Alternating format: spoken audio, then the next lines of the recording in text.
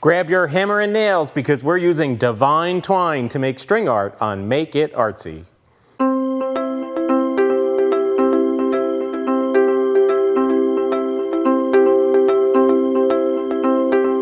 Hey, I'm here with Joe Rotella, and Joe has brought, well, a project from the past into the present. Well, string art, you know, I think I did it back in the 70s, but we always did it the same way. We would take a piece of plywood, cover it with black velvet, and then it always tended to be a sailboat or a butterfly, and we would do these curves, geometric shapes. Well, it's changed a ton.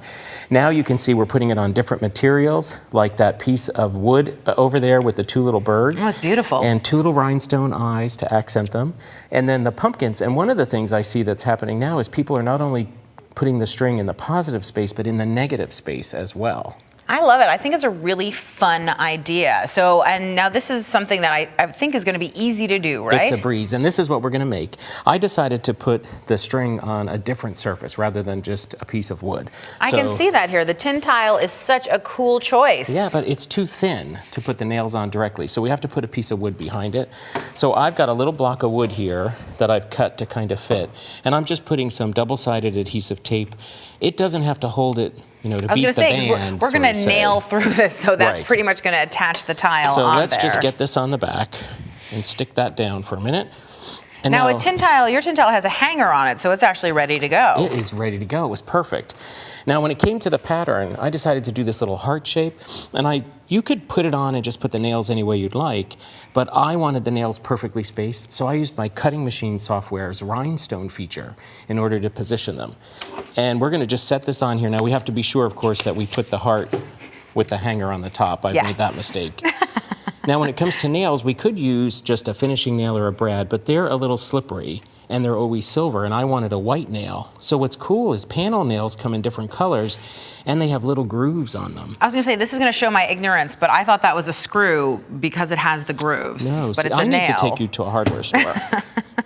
Now, it's okay if some of the white comes off. Yeah, it gives it that distressed, shabby chic look that really goes with the tile that you have there. And don't worry if it's not exactly in the center of each dot. You know, we want that kind of...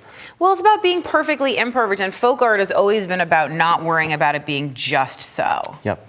Now, we can encapsulate things inside here before we put the string. So if you make a seahorse, put little seashells in, as long as they won't fit through the grooves or through how tight you tie your string. So you're trapping like a secret message in there. Actually, this would be a lovely gift to give somebody where you do put like a little secret message to them, like a hope for them or a wish or something, and put it in there. I like that idea a lot. Are you hinting? That I have a hope and a wish for you, or I want a gift. Special gift? Yeah, that's it. I always want a special gift. So to get started, we're just going to tie this around the first nail. Okay, so you're doing a double knot there. I see that. I'll let you help pull out cord. Okay. And because we're not worried about, you know, how anything is fancy or any particular pattern, I can just jump all the way around this and go in different pieces. Are you like counting how many things away you're going or anything like that, or you're really just randomly? No. I'm just randomly picking nails, filling in holes. Can you go back to nails that you've already been at, or is there like a rule? Sure. We have no rules here. This is about having fun and just filling in the holes however you see. You can see here, look how quick this just fills in. So now I know obviously that you're using a red twine because this is a heart, but what if you wanted to mix colors, like do a little bit of red, a little bit of pink, a little bit of gold or something? So would you just knot it in or something like that? Just knot it, because at the end what you would do is glue all those knots, put a dot of glue, and then, you know, start your next one. The one thing I like to do to finish though, think of it as the letter P. I go around the outside, around a nail, make a P. Around the outside, around, make a P.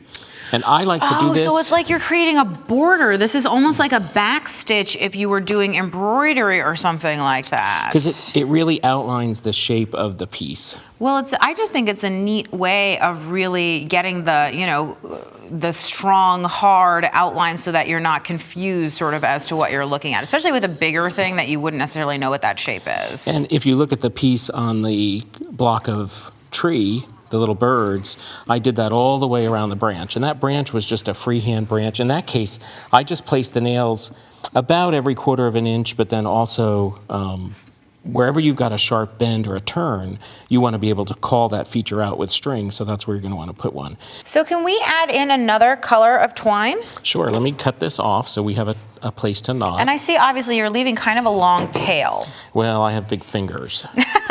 But So you need to don't, you know, make sure. because I'm a craft hoarder too, don't throw away any of these scraps if they're long enough, because you can use them to tie on tags or bags or things like that. So I just tied that off. Don't worry about the tail. I find it easier when you're starting to make the knot in the air, if you will, because then we just slide it on. slip it on over the nail. That's such a good idea. So you're not actually attaching it to the previous string, which is what I thought you were going to do. No, I wouldn't. Well, I mean, no one's going to see that tail buried down in there. Well, this gold picks up the gold of the heart. I was going to say, embedded. Since I know we're making this for me, I want to make sure that it all coordinates. This, because every time you look at it, you're going to remember Joe loves me. It's true. It's true. So there, how about that? This totally reminds me of just having that feeling. And I love the idea when you mix colors that you can actually create designs and patterns on top of just a color field. And we could do the same, you know, letter P thing all the way around this if we wanted to. That would be cool because you'd have an outline half one color, half the other.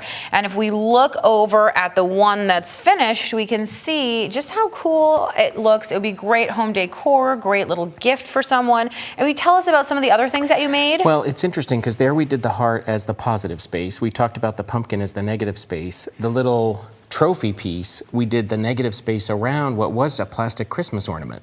Oh. And it was black, painted it gold, silver, stuck it on there, and we just thought it was a funky little piece. We can use small scraps that are left over to put on tags or bags. I was going to say, it looks like you got a little carried away because you've got an entire twine cover. That's some meticulous bottles. wrapping. Very, very, very, very patient.